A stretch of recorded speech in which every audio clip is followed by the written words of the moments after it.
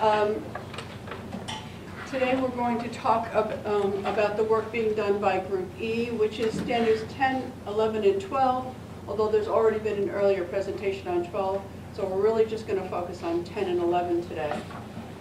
And I have to turn it on. Looks better on. The Group E standards, 10 faculty, 11 educational offerings, and 12 is general education. As I mentioned, Tony Zito did that presentation a few weeks ago, so we're not talking about that today.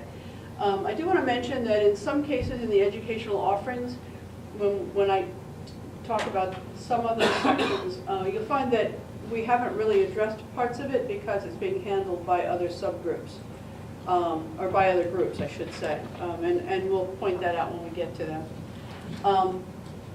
This is our group.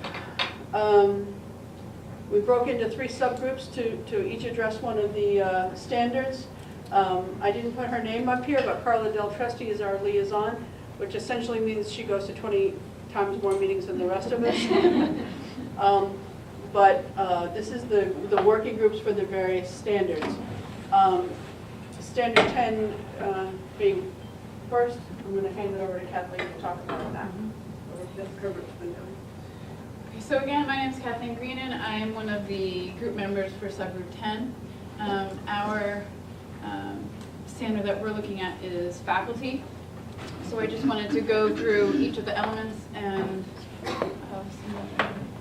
talk about the data that we've collected and where we're getting that data and some of the data that we're still waiting for. So for the most part, this point is there's 3 components essentially to this point, and the first 2 components we feel that we have sufficient data for. Faculty and other professionals appropriately prepared and appropriately qualified for the positions they hold, with roles and responsibilities clearly defined. So we were, and I'll come back and I'll read the part that's in red. I didn't realize that would show up like that.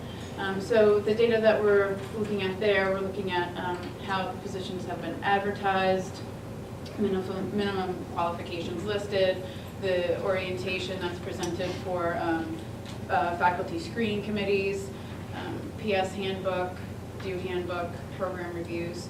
Where we are looking to collect more data and awaiting data is the 3rd component, which I'll read to you, and let me read it from here. And sufficiently numerous to fulfill those roles appropriately. So we're trying to ascertain, do we have the appropriate amount of faculty, the appropriate student to faculty ratio. So this is the area that we're still waiting on data for.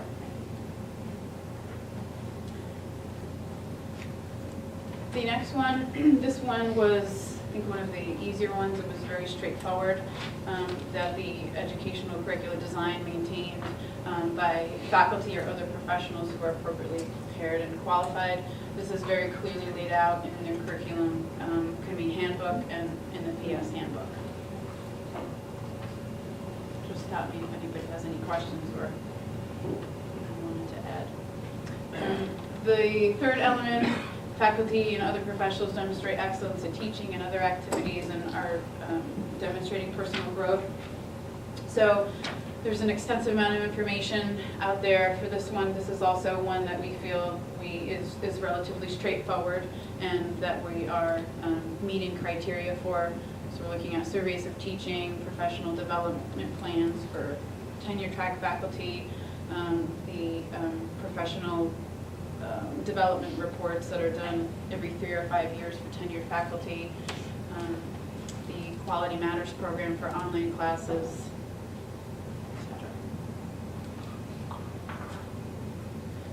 the 4th one, this is an area where we still need to collect more data for. Appropriate institutional support for the advancement and development of faculty and professional staff.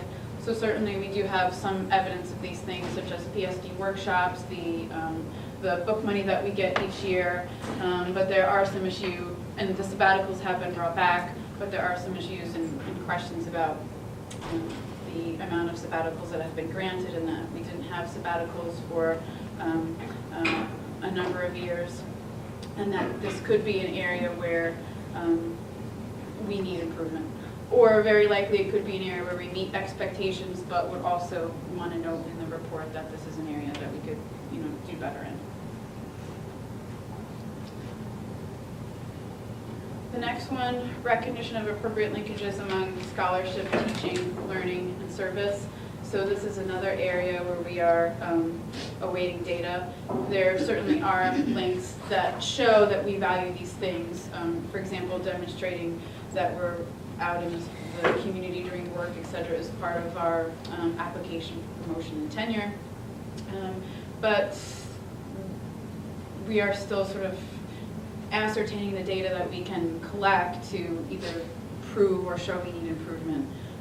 So that's something that we're still trying to figure out on this one. And this is one that I'm not working on, so I can't speak so specifically towards it, but I know that we're awaiting data.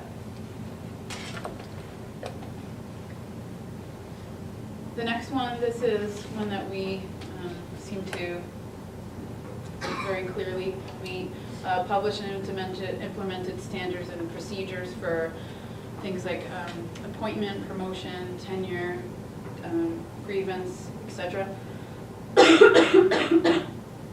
So there are a number of areas where these are all clearly laid out. Most of this is in the PS handbook and in the DO handbook, and a number of other areas as well.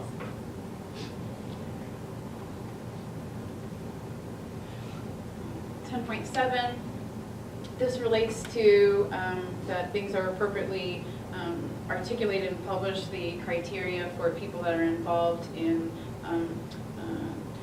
designating and sort of working on and facilitating the educational curricula at the college. This is something that's primarily met and laid out in the professional staff handbook and primarily in the handbook for a curriculum committee.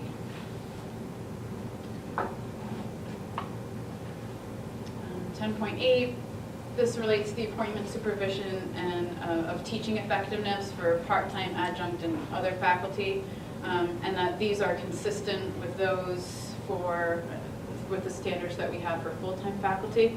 And this is also a qualification that we meet. A lot of this is in the PS handbook. Also things like adjunct orientation and adjunct training, and departments have yearly or semester meetings for adjunct where they do professional development, keep them abreast of trends or new textbooks, etc. The next one, 10.9, adherence to principles of academic freedom. This seemed to be a very straightforward component. This is very clearly laid out in the DO handbook, or the DO contract, Appendix A, and also in the PS handbook. Element 10, assessment of policies and procedures to ensure the use of qualified professionals to support the institution's programs. So initially we had a lot of, it looks like this one is going to be fine, but initially we had a lot of trouble figuring out what is this really getting at. Who are some of the professionals that they are talking about? And so what we came up with is that these are people who are, I may not be using the correct terminology, like lab assistants. What is Paula's position in our department? What is that? Well, she's a like a field supervisor. A field supervisor, yeah. But an NTE. Yeah, so we sort of deduced that this is what they were looking at for the standard, and so that's how we went around collecting data. But we were confused, and it took us a lot of time, and then looking back in the prior reports, and it seems that that's what they're getting at here. So again, it just seems that there are 3 standards that we're sort of waiting on data for, and we're not really sure yet if it's going to meet expectations, but maybe we could use a little improvement just to better ourselves, or if one of those standards might fall into the need improvements category. Any questions? Or? Yeah, I have 2 comments, Kathy. Mm-hmm. One, what kind of data are you waiting for in terms of whether we have sufficient number of faculty? What we're looking at is, well, I'm waiting on data from, what's the data where we get stats from, like faculty and student ratios and, Institutional. yeah, Donna Roca? Donna. Yes, Donna Johnson, yeah. Sorry. Is there a request that I haven't yet? Yeah, I think it was in, and Ellen was on this email as well, in relation to faculty that have both tenured and adjuncts and their degrees. So that's one that we were, Can you send it to me again? Oh, sure. I don't remember. I didn't, okay, I don't recall there being an outstanding one. okay, all right. Maybe I've missed something. Right, okay, I'll definitely follow up, sure. And then the other thing that we've been working on within the committee is the data regarding faculty and student ratios. And where the confusion is that it all depends how you mine that data. So for example, last spring, Dr. Conklin presented data about faculty and student ratios and how many full-time versus adjunct faculty teach, et cetera. And so many people had trouble with how he came up with that data. And then I think also that same semester, I think Laura, you presented other numbers similar to that to sort of say those numbers were incorrect. So what we've been working on is trying to collect all those and figure out precisely how they came up with those numbers and try to come up with it in the most honest and accurate way, if that answers your. Are you Does that doing make any sense? comparison, like any benchmarking with others? Yes, we were gonna, the plan was to compare it to the last report. Are you suggesting to do it with other colleges, is that what you said? I Mhm. was just asking, but not necessarily making a suggestion, just trying to Yeah. figure out what you're looking at. Our point of comparison was going to be the last report. And of course, compare that proportionately to how enrollment has changed as well. Do you- My only other comment, and maybe this is inappropriate because it went by faster than I can read or process necessarily, but section 10.5,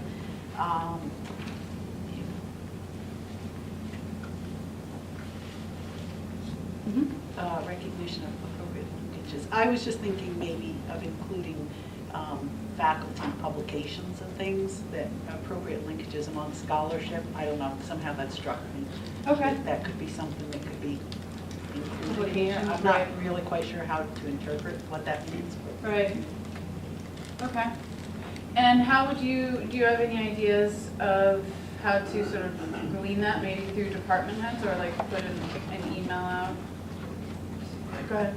I think my office publishes, The news, oh, not the news, the newsletter is one Right. recently, but there's another document that's been published for a number of years that includes scholarship and presentations by faculty and things of that nature. mhm. I forget the name of what it is, but I can Right. get that to you. Okay, yeah. And it goes back a number of years. Mhm. Information quotient, is that the one? No, there's another document that our Secretary Pat would put together, which is professional presentations or development by faculty, and there's a document. I remember this about a semester ago, someone asked me, we haven't seen it, and we went back and reconstructed for that particular year. But then I noticed that we do have it for a number of years going back, which Right. specifically addresses publications, presentations by faculty, and things of Mhm. that nature. So Okay. we'll send you that. it seems the list could be very extensive. Sure. So asking department heads would be one way to start getting some of that, Yeah, I Right. mean, we have a very active faculty. Mhm. It goes out into, a lot of our faculty do a lot of presentations, et cetera, and it seems like this would be a good place to highlight that. Right. It's also available, if I remember, in the annual reports that are presented by department heads. Okay. So I'm not sure if you looked at those or Right. asked for those, but at some point in that document, they do talk about the accomplishments of faculty. Okay. I'll definitely pass that on. What is that element asking for specifically? recognition of appropriate linkages Mm-hmm. among scholarship, teaching, learning, and service. Is that in promotion and tenure decisions, in hiring decisions, in, what did you determine they're asking for? Right, it seemed that, what we interpreted as that they were looking at whether or not the college sees merit in, for example, going to conferences and et cetera, and how that is tied to what is going on in the classroom and linkages among these things. Does that sort of make sense? I mean, there could certainly be other interpretations if anything, anyone else has anything to add, but that's the direction that they, and I think Tim, who couldn't be here today, who's working on this specific one, that's the direction that he took it. Leah? So historically, Matt Finley, who was Associate Dean of Academic Affairs, and he was on Professional Development Committee for almost his entire tenure, he would produce the professional development report that Dean Adamas was talking about. So it used to be that every year this report was put together, and it would include, everything.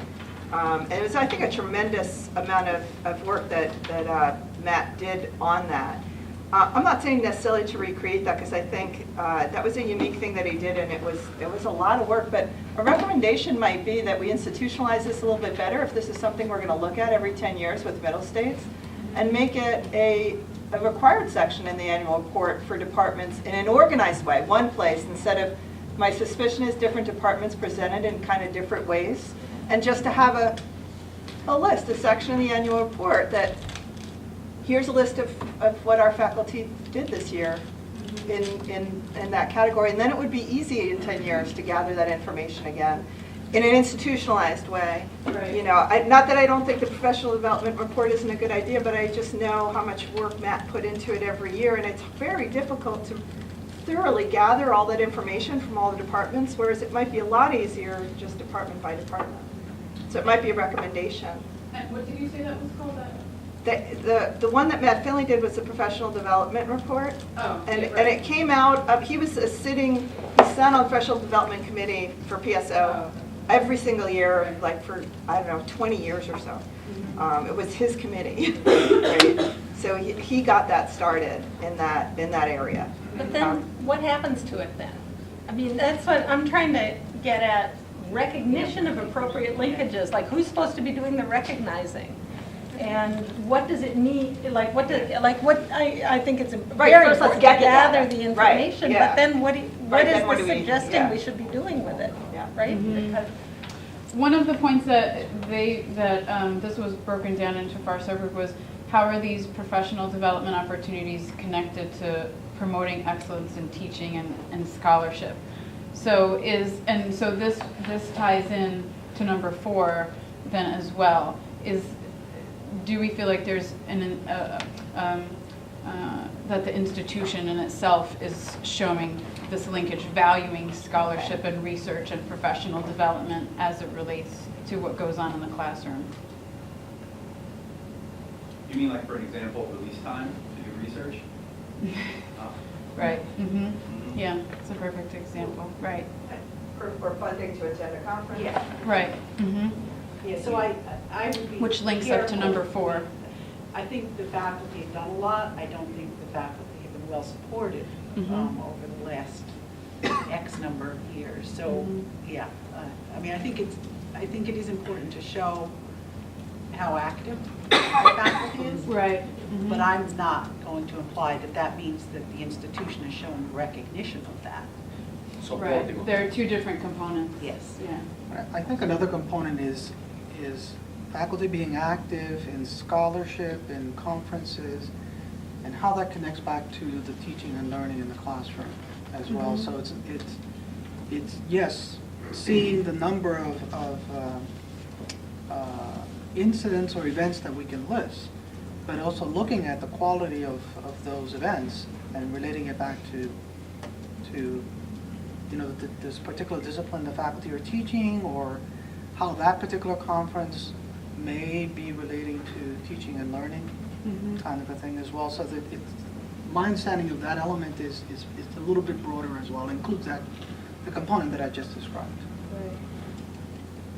Right. In terms of the data that you're gathering on the support for professional development, is there a way, I guess my question is sort of similar for that to Joanna's for the faculty numbers. What kind of data are you trying to gather? And for example, is there going to be a way to tell when faculty have done these things at great personal expense and have not been supported? Are we going to be able to see sort of where, useful things were done and then where they were supported and where they weren't supported by the institution? Right. I don't think that I can unfortunately accurately answer your question because the person who would have that data couldn't make it today, which is him. But I think you made an important point that it's how are we going to really prove this and articulate that this is happening. And it's the same thing with which you just mentioned, Jose, as well, is how would we really show the linkage or the growth that happens when a faculty member attends a conference, and how are we going to articulate how that transpires or manifests itself in the classroom? So there does seem to be a lot of ambiguity in articulating those things for this one. Mm-hmm. On the conference attendance form, in a very short space, yeah, you have supposed to the write reason. value of Right. attendance, to DCC, so it'd be quick to at least see what the, applier for that attendance form thought, at least. And the support has to be on there, meaning you'd have to track the code where the money's coming from, right?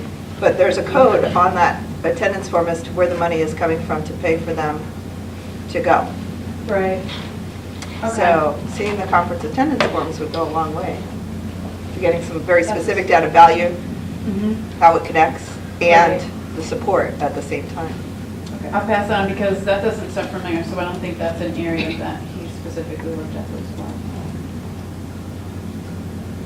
I just wanted to remind everyone that these elements are written in a very broad way and are also intended to apply to research universities as well as community colleges. So when they talk about linkages among scholarship and teaching, they're also talking about those issues that four-year research in universities address about the balance of people who are doing research and not in the classroom and so forth. And that we are, at our core, our mission is that we're a teaching university, or a teaching institution. Mm-hmm. Any other comments? So again, I appreciate your, go ahead, Laura. Sorry, I just have one other question going Sure. back to the faculty data.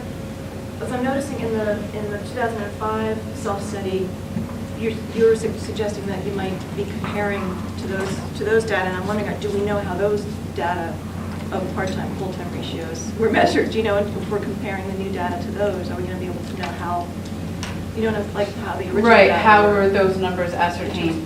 Yeah. No, I do not. But I know who was in charge of that subcommittee, and he just sent me the report. So that's an important point to follow up how they came up with those numbers. Yeah. So again, my name is Cathy Karl, for those of you who don't know me. So if any of you have other thoughts or other ideas for us to take a look at, we definitely welcome them. So feel free to send me an email. So now I will turn it over to Ellen. Your standard 11 and PJ.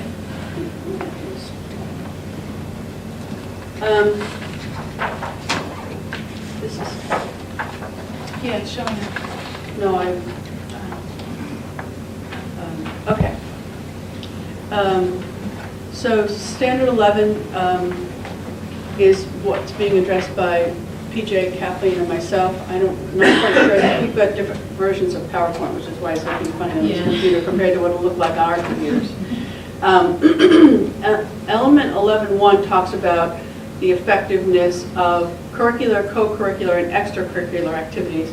And PJ was mostly working on that, so I'll let him talk and maybe jump in on a little bit of it.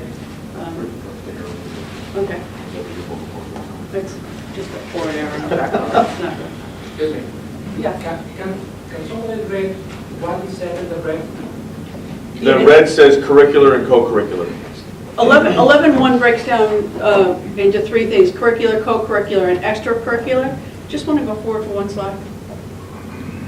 Basically, what we said on the extracurricular part of it and some of the co-curricular part of it was that we weren't really addressing it. It's mostly covered in Standard 9, which is student support services.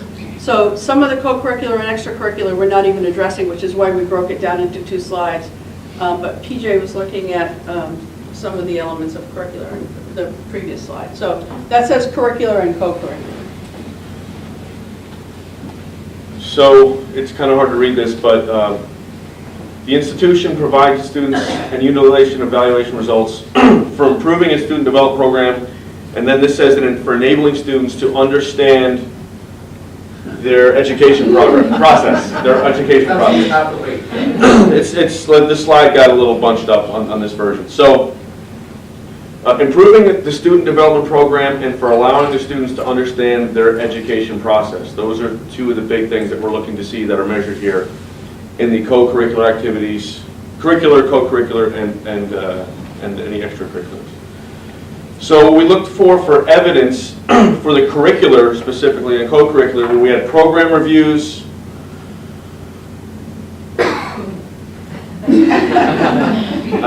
graduate surveys, extended course outlines, curriculum advisory committee, articulation agreements, annual reports of academic services and service areas. Now these annual reports are actually pretty big for the co-curricular, and we had questions on how we were going to look at this as well. So the math center, the writing center, I contacted anybody in academic support services and testing about tutors that come from there, because we saw the tutors who worked in those areas as taking part in a co-curricular activity. They are working with other students in an educational setting that is not their curriculum. They're helping to teach other curriculums, which will hopefully enhance their learning experience, and again, give them feedback into how they're actually learning because now they're teaching. One of the things that we did was we looked for any sort of a survey that these students would fill out at the end of their service, or any sort of, I guess, student worker review, a tutor review that they might have completed on them. We found that there is a great deal of information on overall how these services work, how effective the tutoring services are in the Writing Center, in the Math Center, through student leaders, and through academic services and testing.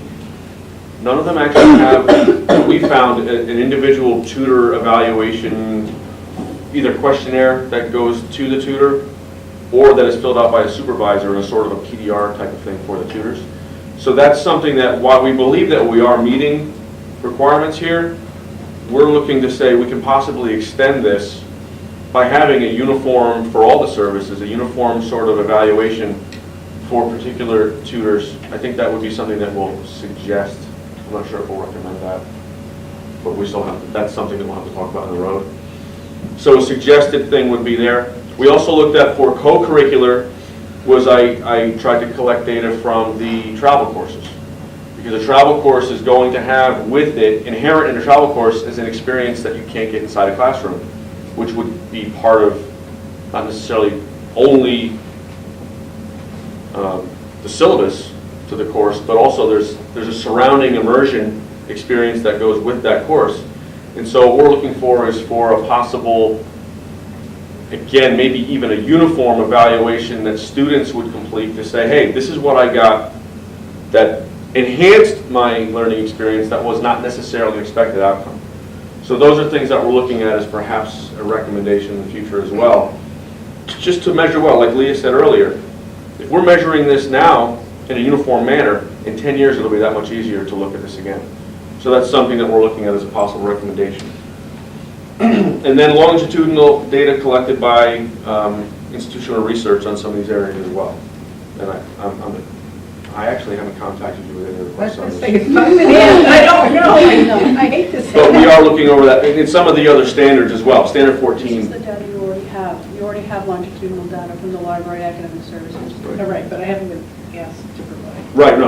I haven't No, we gone have forward on access. this because it's already there. And some No. other standards are actually, I guess I could say we're piggybacking a little bit on some of the other standards. One of the things that we saw last week in the standard 13, I believe, is going to be mentioned in a little while here. So we're seeing a lot of tie-ins. Co-curricular and extracurricular has a lot of branches. You're going to find it in a lot of different places on campus. Kevin? I was just wondering if the clubs that are related to professional majors like architecture or engineering, would they be considered co-curricular? Because there is a difference between them and, say, for example, something that's purely extracurricular, like a Frisbee club or something. And I was just wondering if that was something you considered. I don't think we looked to make that distinction. I think we actually thought that the clubs would go in the extracurricular with the student life and services. So that is definitely something that we could look into to see if engineering club, if they're going to have something that would go as far as enhancing and seeing how they learn. So yeah, the projects that they might, do they present projects with the engineering club? I think the architecture club, almost everything they do is directly related to architecture. All right, so I'm going to be calling you. And it might be the business club too. I mean, there might be a few that are. Bios. Communications that, And I think And there's been an art that they sound more co-curricular than extra. Okay, that's a really good idea. Thanks a lot. All right, so again, a lot of this goes with Standard 9. So institution provides the students and utilization of evaluation results, hey, you can actually read on this one, for improving a student development program and for enabling students to understand their own educational progress. Student support services has a lot to do with this, and I believe that's where a lot of this data is coming from. Again, Kathleen doing some stuff at the library, and Standard 9 is gathering a lot of this data as well. Are there any questions on this so far? So I think I'm going to hand this over. 11-2, let's see what it is. See what it is. Want to see? It's like Monty Hall. That's me. I'll do the one that we're doing. So the next one is educational offerings congruent with our mission, appropriate areas of academic study, and so forth. And we think that we're in great shape on this, that we have some great programs and that they do align with our mission, and that they're conducted at appropriate levels of rigor. And the evidence that we have to support this, obviously the program reviews, the graduate surveys, we've got curriculum advisory committees, articulation agreements, and state licensing test results, all of which tell us how our students do when they're done. So we think we have a lot of evidence of this and that we're in very good shape. Some of these standards, as you read through them, you'll find that there's only fine differences between the different standards, and so there's not a lot of difference in the evidence that we have here to show that we have these clearly undergraduate programs designed to foster a coherent student learning experience. One of the things that we did add here is the curriculum maps, which, as you know, talk about the flow of the scaffolding of learning along the degrees of difficulty of the courses from the 100 level to the 200 level. But again, graduate surveys and so forth. We also have the internships and the field placements that towards the end of programs demonstrate that students have been able to synthesize their learning and they're able to apply it in a clinical setting or a real-world setting. And we think we're in very good shape with all of that. Program goals. We think we have more work to do in making sure that we have program goals stated in terms of student learning outcomes for all programs. And you can see this from the college catalog and program review documents, but this also overlaps directly with Standard 14, so we haven't spent a lot of time working on this because we have to wait for the Standard 14 folks to address this. So this is something that we're sort of punting on. Okay, element 11.5 starts talking about the library, and that's Cathy. Okay.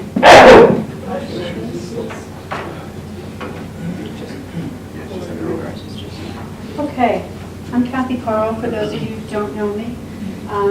The next three standards apply to the library. We're fortunate in the library. We've been collecting data, a lot of data for a long time. We have a lot of longitudinal spreadsheets of information, so we've been able to rely heavily on what we've collected over the last 13, 14 years. The first element, learning resources, facilities, the services, professional staff,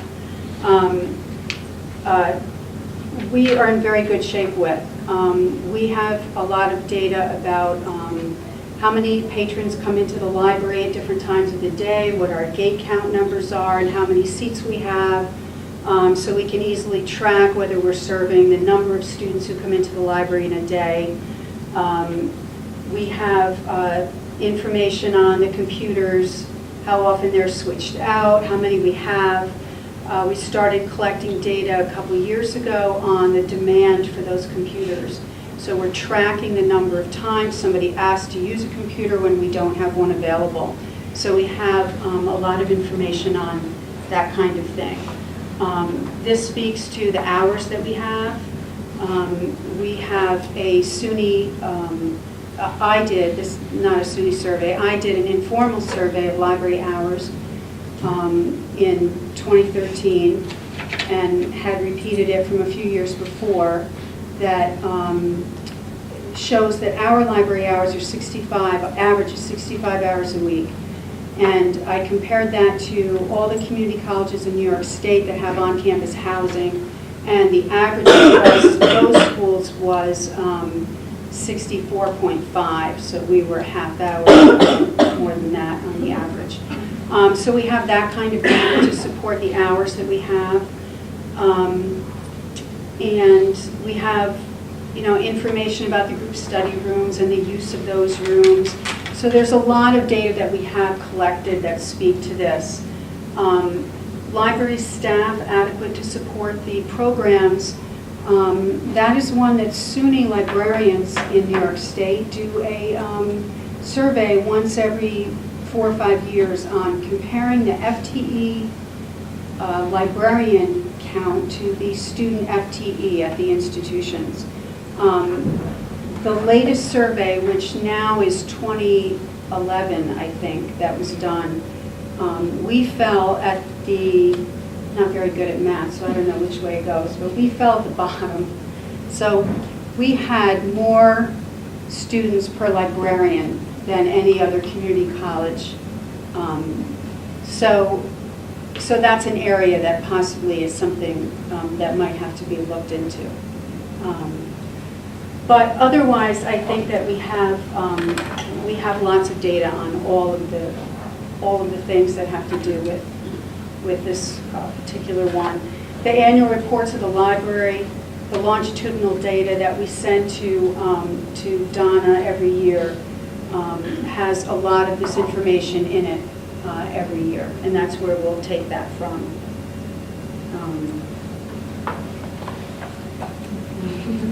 That was a read.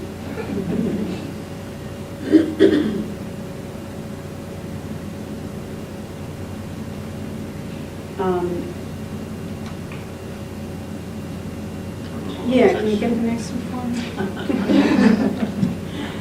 This one speaks to, thank you, collaboration amongst the staff, the library staff, and the faculty and administrators regarding information literacy. We have a very strong information literacy program here. We do about 250 sessions every year at faculty, all at faculty request. We have a lot of information detailing exactly what happens in those sessions. And we do pre-tests with students for all of the introductory courses. That gives us data on how we might want to look at our classes and see what we should do more of and what we don't have to do as much of. So we're constantly doing that every year. We also use faculty satisfaction surveys. We're getting information from that on how they feel the students did in relation to the class that the librarians held. So we have all that data going back a number of years. So I think when it comes to the information literacy part of the library, we're actually doing very, very well and have a very robust program with a lot of data to support what goes on there. That is also in the annual reports and in all the assessments that we do for information literacy. Right now we're gathering papers, as you know, for a works cited assessment project for InfoLit. And we've worked out a rubric that we've tested a number of times and edited to try and test the works cited papers, the parenthetical citations, and all that kind of stuff for the papers that you submit. That's a repeat from a few years ago. I think it was done 5 years ago before I got here.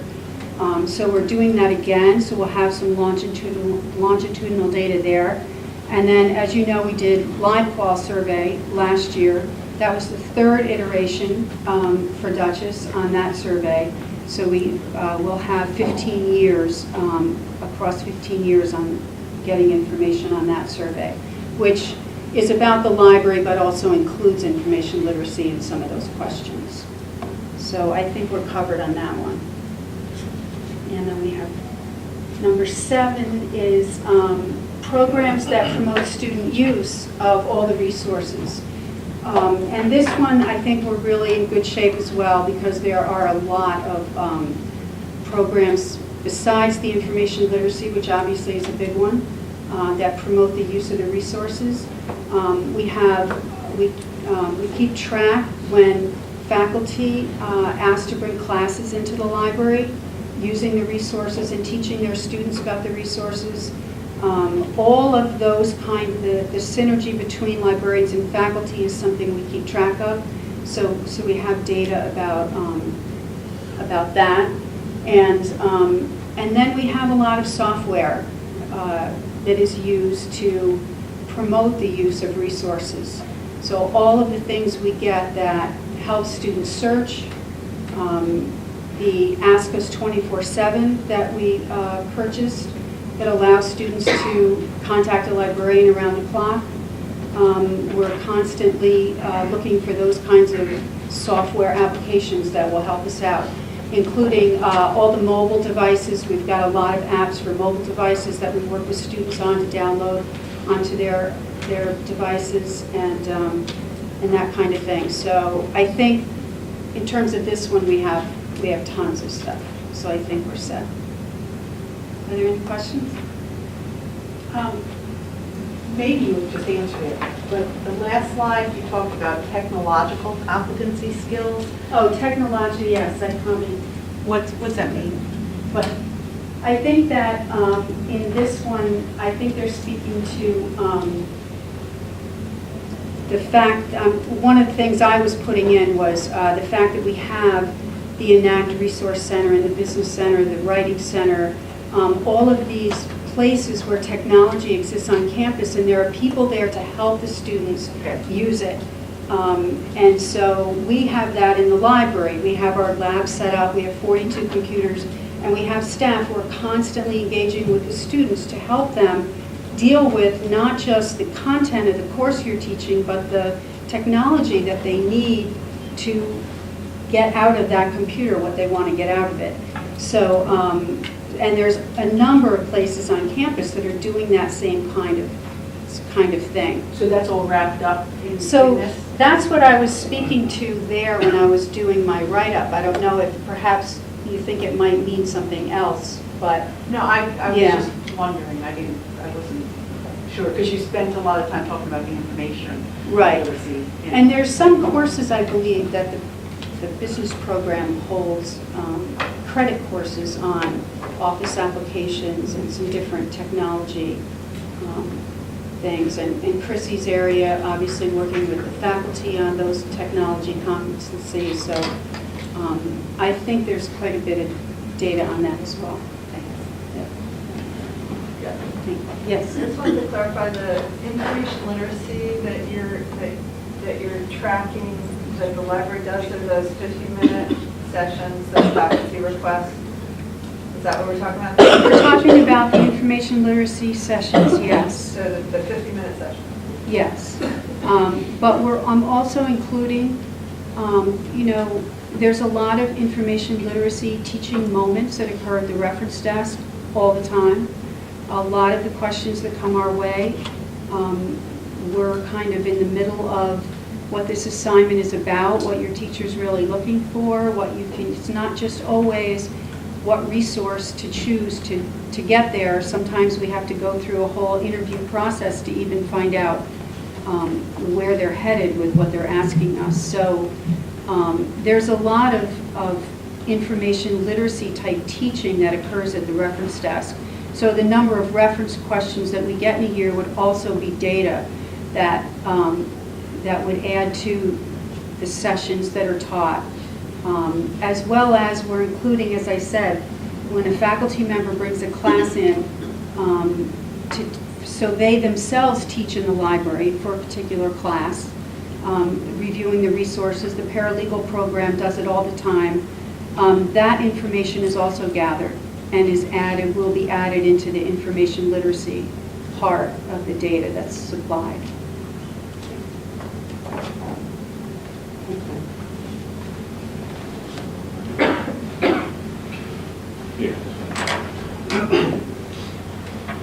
So this is the one I was talking about earlier, 11.8, which will jump on a little bit of what 13 reported with last week.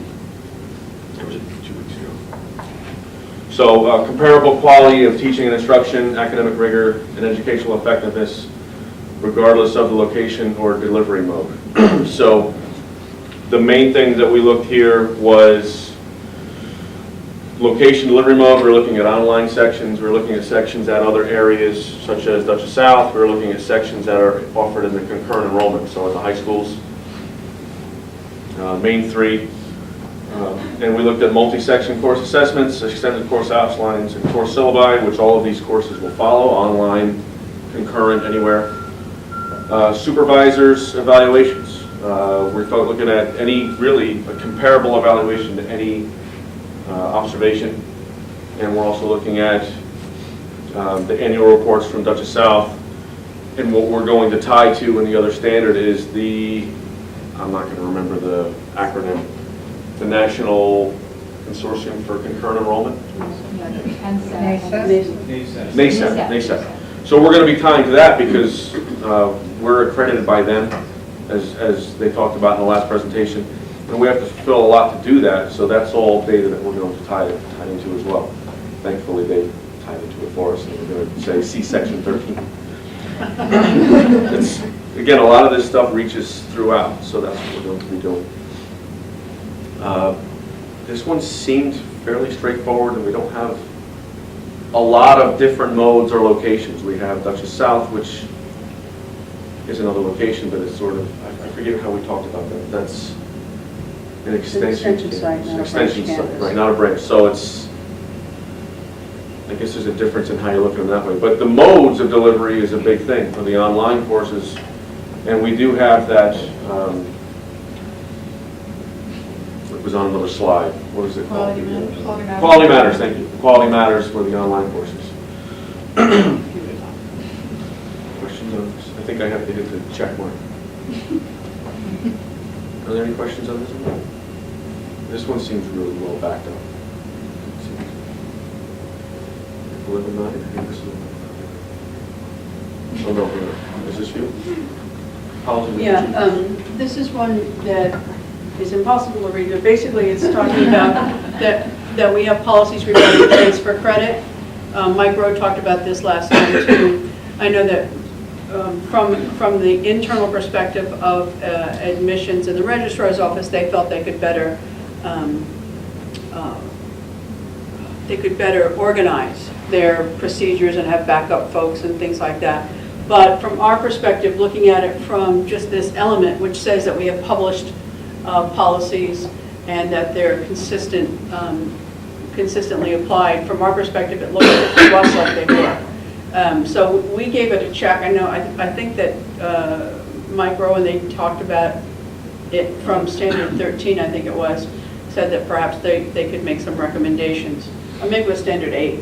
But we have very extensive policies in our professional staff handbook about how to handle transfer credit.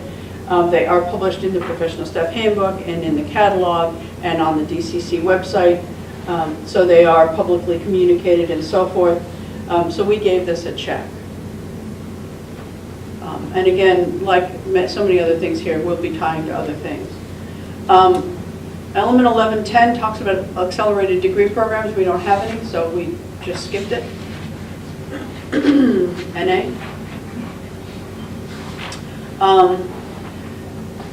1111 talks about policies and practices that reflect the needs of adult learners. So we talked about some of the offerings that Dutchess has that is for non-traditional students, which is adult learners in many cases. So we have online courses, we have online tutoring.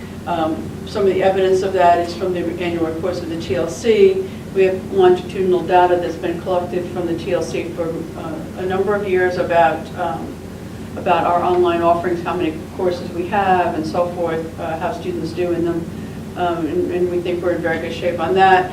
The online tutoring committee report that looked at how online tutoring might help non-traditional students in addition to other folks as well, but folks who can't get on campus during the day when we have on-campus tutoring and so forth. We have the daycare center. We have annual reports of the counseling and career services area where they have a number of programs for adult students, including programs for veterans. They have programs for other non-traditional students. So we feel that we're doing a very good job in addressing the needs of adult learners, and that we have evidence to demonstrate that that's true. Course syllabi, I think you all know that this has been looked at by the group that's looking at standards 7 and 14. So we just left it alone. I know that they've done an analysis, they did a presentation on that, and they'll be doing more, I'm sure. So we basically just left this alone. Part of what happens here, and I sort of threw out a comment earlier about Carla Del Treste being our liaison. One of the things that she does is she goes and talks to these other committees and says, if you're doing that, do we need to? And so Carla's been helping us work our way through that and said that the other group has this more than covered, so we've left it alone. And same way with this assessment, it falls under assessment of student learning standard 14, so we saw no need to address it separately, so we didn't. Any questions for any of us about anything? Laura?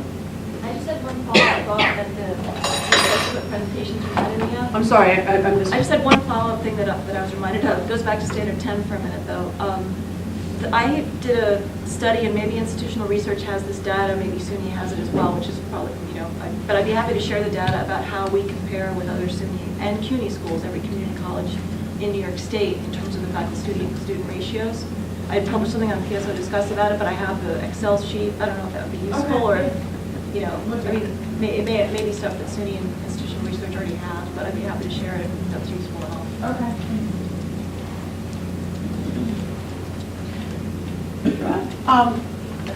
Curriculum maps. I'm sorry? Curriculum maps. Right. I keep coming back to them. It seems to be becoming more and more pronounced in presentations I've heard, certainly with assessment. You had mentioned them, I forget what number it was, but, and if they are going to be a big part of life here, we really need to get, you made it sound like everybody, of course, knows about them and what they are and what they do, and I've said a number of times, no, I don't. I'm smart enough to be picking up on what they are and what they do, but I just asked my colleague, have you seen ours? And I ask my colleagues that regularly, and the answer is no. So I'm just thinking ahead that if this is going to become, one of those kind of buzzwords, then we should work to make sure our campus really understands them and understands their usefulness and is part of developing them. If we have one in our department, I don't know who. Well, created they're it. program driven, John. Okay, so that's maybe why we don't know anything about it. That's probably why you're not as familiar with it as probably some program chairs might be. But I think your point is well taken, that it's probably something as we move along that we should I've heard socialize better. Yeah, I've heard it enough times now that it seems like it's becoming Right. something that Right. we should make sure everybody's on board with. Right. That's a good suggestion. Thank you. There are some efforts underway. The To future. talk, not the distant future, but very near future, to talk about with program chairs, specifically on program learning outcomes and curriculum maps. It was included in part of the assessment plan that I presented at PSO some time ago. And it's something that in our office we've talked about making sure that we move very quickly on that, because it is important. It is something that middle states will be looking at, and it's something I think that we have. We just haven't had a conversation about how to make sure that we demonstrate that. Yeah, I think Joanne's point is about making it a broader conversation outside the program chairs is something that we definitely should. It's just, my recollection is that people from middle states can come to any of us about anything and ask us if we understand what's in the report. So, Right. you know. No. Anybody else? Okay. Tony's giving me the, I guess that means get well, getting good, Tony. Thank you all for coming.